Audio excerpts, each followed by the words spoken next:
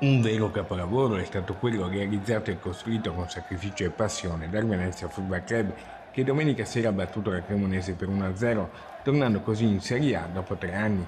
A decidere la finale di ritorno è stato un gol di Christian Gig al 24esimo del primo tempo, che si conferma uomo decisivo nei playoff, premiato anche come miglior giocatore della finale.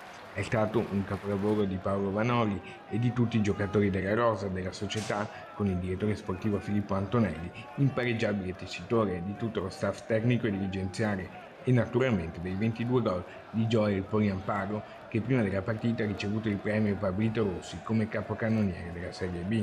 Così mister Paolo Vanoli ai nostri microfoni. Capolavoro, sì, è stato un capolavoro, dai.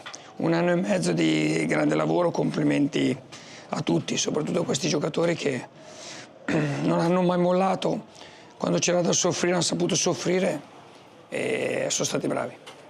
Che emozione ha questa sera? Forte, forte perché senti ancora i tifosi, quando entri in uno stadio così pieno, penso è un po' il nostro teatro, come l'ho soprannominato io, è uno spettacolo. Una serata indimenticabile, già entrata nella storia. Quale può essere stato il momento di svolta della stagione? Ma guarda, il momento di svolta penso che il momento più... Due sono stati i momenti. Uno è stato il mercato di gennaio quando ci hanno venduto Johnson e l'altro secondo me dopo Spezia. Lì siamo stati bravi a ritirare su la testa e siamo diventati ancora più forti. Ci fa vedere la coppa e fa magari un saluto ai nostri Eccolo qua. spettatori. Ciao a tutti. Si va in Serie A!